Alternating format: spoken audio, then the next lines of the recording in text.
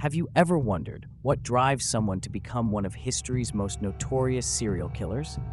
Today, we'll delve into the chilling story of Luis Garavito, known as La Bestia, or the Beast, who committed some of the most heinous crimes in human history. His reign of terror across Colombia would ultimately reveal the darkest depths of human depravity and expose critical failures in the system meant to protect the most vulnerable. Before I continue this video, please hit like and subscribe. It will help me create more videos like this.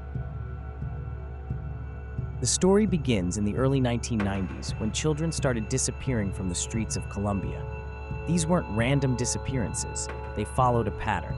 The victims were predominantly young boys from impoverished backgrounds, often homeless or living in extreme poverty. Law enforcement initially failed to connect the dots, treating each case as isolated incidents.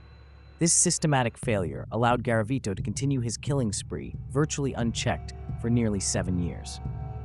Luis Alfredo Garavito Cubillos was born on January 25, 1957, in Nenova, Quindío, Colombia. His childhood was marked by extreme abuse at the hands of his father, who would regularly beat him and force him to watch as he abused his mother. This traumatic upbringing would later be cited as a contributing factor to his psychological deterioration, though it hardly explains the magnitude of his crimes.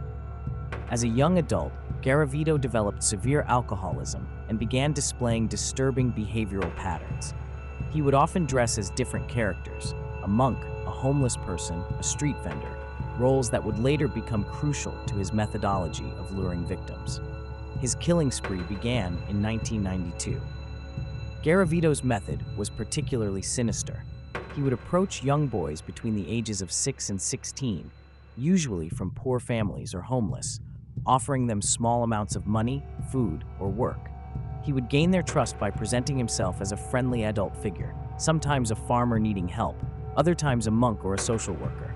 Once he had lured them to isolated areas, the horror would begin. He would tie them up, torture them, and ultimately kill them, often subjecting them to sexual abuse before their deaths.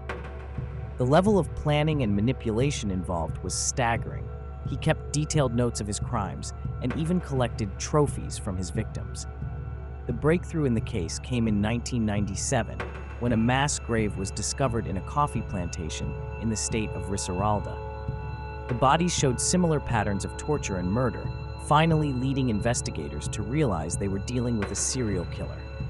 Through meticulous investigation, including the analysis of similar cases across different regions, police began to piece together the profile of their suspect. Garavito's downfall began when he left behind a pair of glasses at one of the crime scenes. This, combined with survivor testimonies and other evidence, led to his arrest in April 1999.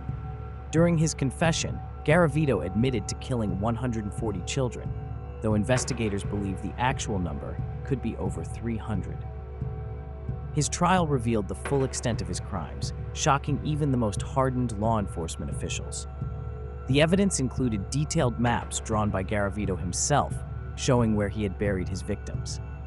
These revelations led to the discovery of more bodies across 59 different towns in Colombia. In a twist that many found difficult to accept, due to Colombia's legal system at the time, Garavito received a sentence of only 40 years, despite the magnitude of his crimes. This was later reduced to 22 years for good behavior and cooperation with authorities. The possibility of his release has sparked intense debate about justice, rehabilitation, and the protection of society. The case of Luis Garavito forced Colombia to confront several uncomfortable truths: the vulnerability of children living in poverty, the inadequacies of law enforcement coordination across regions, and the limitations of their justice system. It led to significant reforms in how missing persons cases are handled and how crimes against children are investigated. The case also highlighted the importance of mental health awareness and early intervention in cases of childhood trauma. Today, Garavito remains one of the most prolific serial killers in recorded history. His case continues to be studied by criminologists and psychologists, seeking to understand how someone could commit such atrocities and, more importantly, how to prevent similar cases in the future. The story serves as a dark reminder of the importance of protecting society's most vulnerable members and the need for vigilance in identifying and stopping predators before they can act. The legacy of Luis Garavito's crimes extends beyond the immediate horror of his actions. It sparked important conversations about child protection, legal reform, and the nature of evil itself. Colombia has since strengthened its laws regarding crimes against minors and improved coordination between law enforcement agencies. However, the wounds inflicted on Colombian society run deep, and the families of his victims continue to seek closure and justice. The case raises profound questions about human nature and society's responsibility to protect its most vulnerable members. How do we prevent such predators from emerging? What systems need to be in place to catch them sooner?